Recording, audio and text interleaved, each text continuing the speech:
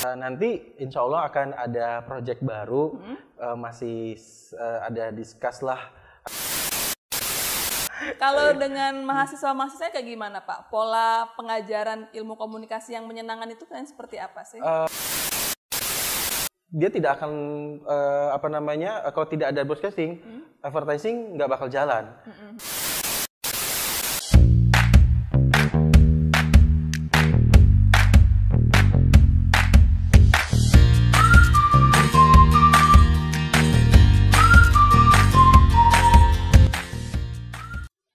Assalamualaikum warahmatullahi wabarakatuh. Bertemu lagi bersama saya Sumardi Bayanta SSMA, dan hari ini kita akan masuk lagi di program Dunia Kita Kece bersama Bapak Miftah Farid MIkom.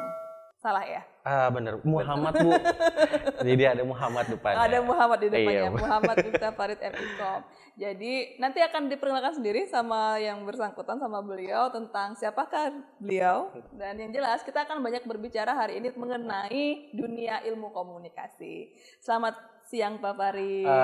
Selamat siang Ibu. Apa kabar Bu Sumarni? Saya yang langsung. Kabar baik. Baik ya. Yang pasti sehat ya Bu ya. Sehat, alhamdulillah. Pak Farid apa kabarnya? Alhamdulillah baik Ibu, sehat juga insya Iya. Allah. Tapi ini para pemirsa Chandra di Muka TV mungkin pada belum kenal dengan Pak Farid ya. Iya. Sama saya soalnya udah kenal gitu ya. Boleh dikenalkan diri dulu Pak dengan pemirsa Chandra. Oke. Ini panggilannya kalau untuk penontonnya pemirsa? Belum Pemirsa. ada ya, Belum ada ya. Atau Chandra di Muka nurse apa-apa gitu. Iya. Nanti akan kita buat Pak. Baik, assalamualaikum warahmatullahi wabarakatuh. Nama saya Muhammad Miftah Farid, dan saat ini saya sebagai dosen di komunikasi, di ilmu komunikasi, FISIP Raden Fata, Palembang. Dan alhamdulillah saat ini juga sudah setahun ya Bu ya. Setahun ya Bu ya saya di posisi sebagai Ketua Korwil untuk wilayah Sumatera Selatan, Asosiasi Pendidikan Tinggi Ilmu Komunikasi. Seperti itu Ibu. Wilayah Sumatera Selatan. Ya? Dan Ibu ini wakil dua sud gitu ya. Iya, Oke. baik Pak. Mungkin bisa dijelaskan dulu apa itu Aspikom Pak? Yang pasti Aspikom kalau kita ambil garis besaran, saya sebagai Bu ya, naungan Bu ya untuk di perwilayah, untuk perguruan tinggi di ilmu komunikasi di perwilayah. Salah satunya misalnya di wilayah Sumatera Selatan, baik dalam pendidikan, untuk kegiatan mahasiswa dan banyak hal. Pokoknya intinya berhubungan dengan ilmu komunikasi, pendidikan ilmu komunikasi. Seperti itu Bu. Untuk Aspikom Sumsel sendiri kita sudah berdiri sejak kapan?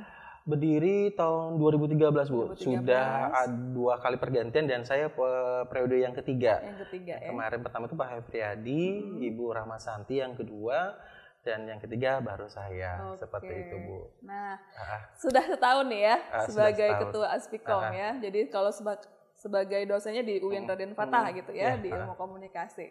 Apa Pak yang sudah dilakukan selama menjadi Ketua Aspikom Sumsel? Kalau Tantangannya apa? Tantangannya yang pertama dilakukan sudah melakukan beberapa kerjasama dengan pihak-pihak swasta, dan juga kemarin sudah melaksanakan kegiatan daring juga uji seminar, lebih ke tentang bagaimana media melihat dari kacamata COVID itu seperti apa, dan alhamdulillah kemarin kita mendatangkan beberapa, ada presenternya lah, dan juga pembicara yang yang paham tentang masalah telah menghadapi untuk COVID itu seperti apa, seperti itu. Dan nanti insya Allah akan ada project baru, masih ada discuss lah atau diskusi nanti mungkin dengan dosen-dosen yang lainnya.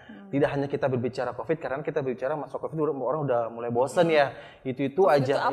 Iya gitu kan. Memang kita tetap waspada ya kan, tapi istilahnya pengen ada sesuatu yang baru. Lain pada yang lain, yang pasti kita sama seperti juga seminar, tapi kita akan melihat lebih ke dampak outputnya untuk mahasiswanya. Iya. Itu nanti. Jadi teman-teman untuk yang belum tahu apa itu Aspikom gitu ya, Aspikom itu adalah Asosiasi Pendidikan Tinggi Ilmu Komunikasi yang membawahi di suatu wilayah ya. Benar. Khusus di Sumatera Selatan. Sumatera Selatan. Anggotanya siapa saja Pak? Anggota ada 5 universitas yang 6 universitas. 6 sekarang ya? Ya, yang pertama Unsri, kedua UIN, ketiga Stisipo Chandra di Muka, keempat Bina Dharma, kelima Universitas Batu Raja dan Universitas Sumatera Selatan. Dan juga S2-nya sudah masuk bergabung ya. S2 Komunikasi Chandra di Muka, terus sama Bina Dharma S2-nya. Jadi sekarang mungkin ada 9 8. 9 ding, iya benar. 99. 6, 7, 8 ya? 8, 9 sih. 8, sorry. Bukan baris tahu juga, Ibu. Nah, jadi itu anggota-anggotanya sebagai anggota Asosiasi Pendidikan Tinggi Ilmu Komunikasi di Sumatera Selatan. Mungkin sejak tahun 2013 Pak Farid sudah mulai sudah bergabung ya Pak ya di Aspikom Sumsel ya? Iya, sudah bergabung. Mungkin kemarin sebagai pengurus ya? Anggota dulu Bu. Apa dulu? Mungkin bisa dikasih tahu teman-teman jenjangnya kemarin di asosiasi. Dulu di awal sih sebagai anggota di bagian anggota ini aja sih Bu, kayak humas kayak gitu. Ya belajar oh kayak gini memang organisasinya dan sangat luar biasa bagi saya untuk belajar juga seperti ini dan banyak manfaat lah pada awal seperti itu dan makin kesini sangat luar biasa. Intinya kita dapat dikenal, terutama kita membawahi beberapa kampus untuk bisa dikenal di seluruh Indonesia terutama seperti itu Bu. Jadi mungkin kalau bisa diberikan pemahaman bahwasanya dulunya berasal dari Sisipol Chandra di Muka ya Pak ya. Oh ya awalnya Chandra di Muka. Kemudian alhamdulillah karirnya bisa meningkat di UIN Raden Patah. Iya seperti itu. Oke Pak. Apa sih bedanya antara Aspikom Sumatera Selatan dengan Aspikom yang ada di tempat yang lain? Atau sama aja sebenarnya? Kalau untuk misalnya untuk Korwil atau wilayah koordinator wilayah itu sama saja Bu. Yang membedakan kalau di pusat, ya mungkin kalau pusat itu sudah beda lagi ya. Mungkin dia sudah memegang seluruh untuk wilayah di Indonesia. Yang pasti yang menjadi bedanya adalah untuk apapun yang mendapatkan informasi, kita tuh berasal dari pusat Bu. Baik untuk perkembangan kurikulum, ya perkembangan dari semua pendidikan ilmu komunikasi kita dapat dari pusat dan koordinasinya langsung dari kita dan kita sebarkan ke beberapa kampus yang memang bergabung di Aspikom. Sekarang ketua Aspikom pusat adalah Bapak Sulhan. Pak Sulhan, Bang Sulhan kita panggil. Bang Sulhan dari UGM. UGM ya dari UGM. Oke, baik. Kita akan jeda dulu ya. Nanti kita akan sambung lagi di dunia kita kece. Dunia kita kece.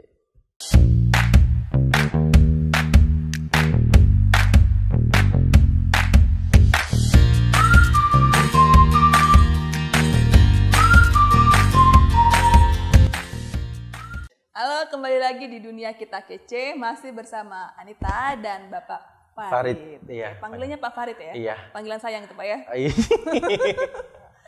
Saya ngelihat Pak Farid ini masih muda. Udah tua Bu. Udah tua. Kalau dengan mahasiswa-mahasiswanya kayak gimana Pak? Pola pengajaran ilmu komunikasi yang menyenangkan itu kan seperti apa sih?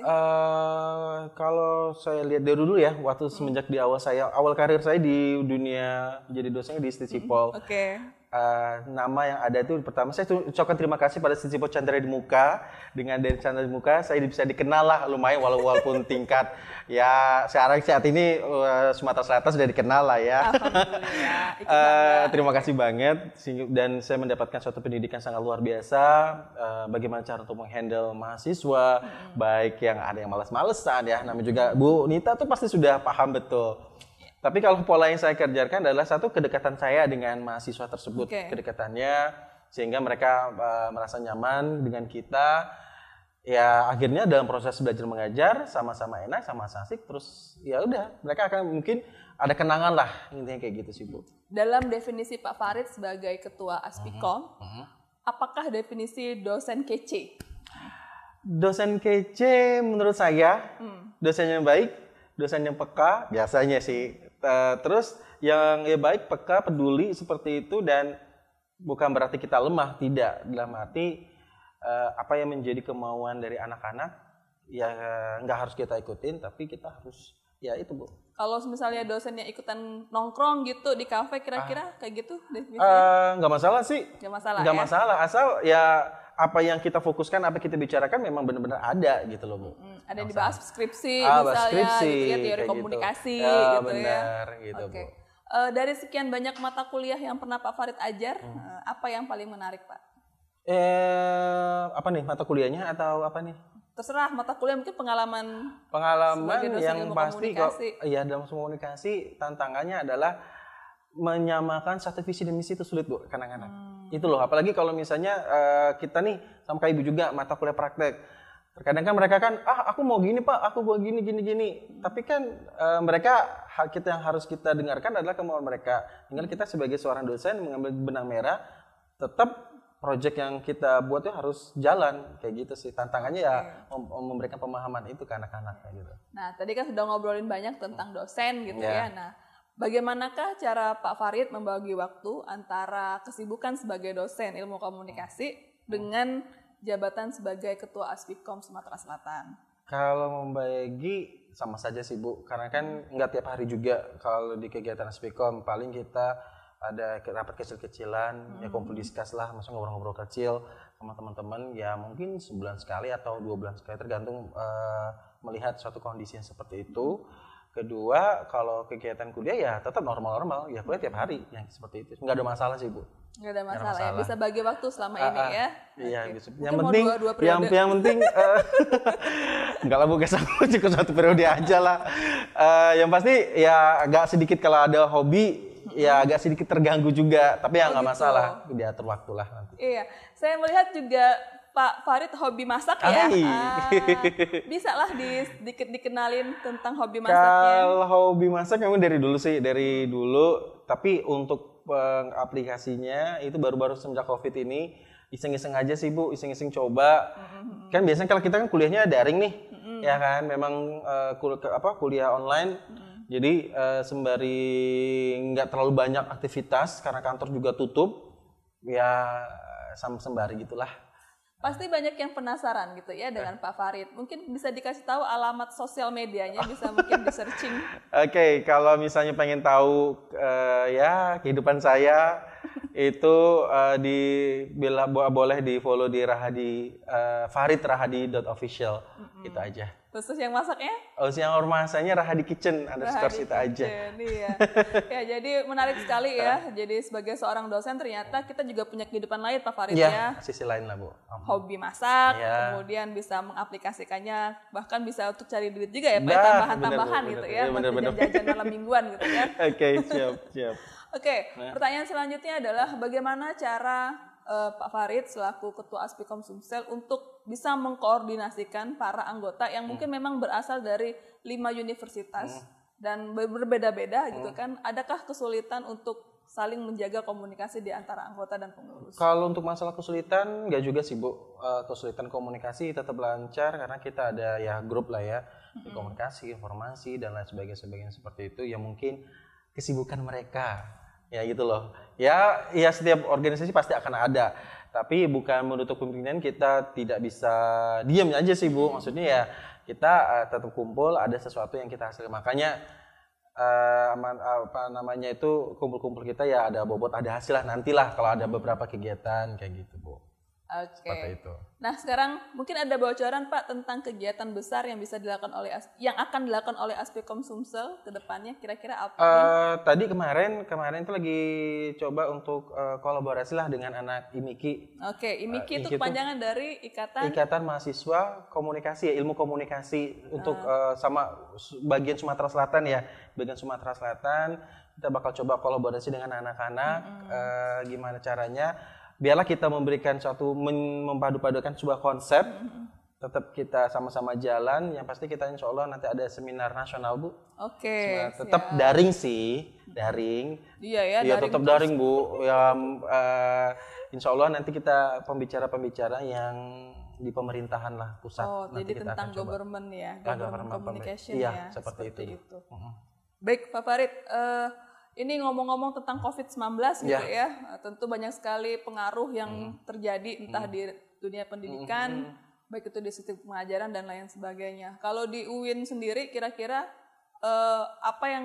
perubahan apa yang dilakukan gara-gara COVID-19 ini? Banyak Bu perubahannya, sampai saat ini saja kita belum bisa untuk buka kelas, tetap namanya daring ya Bu ya. Tetap dengan protokol kesehatan, bimbingan saja masih tetap online.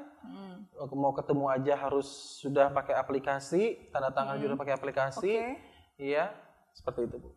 Oke, baik para pemirsa Chandra di Muka TV, kita akan stop dulu, nanti kita akan sambung lagi di sesi selanjutnya.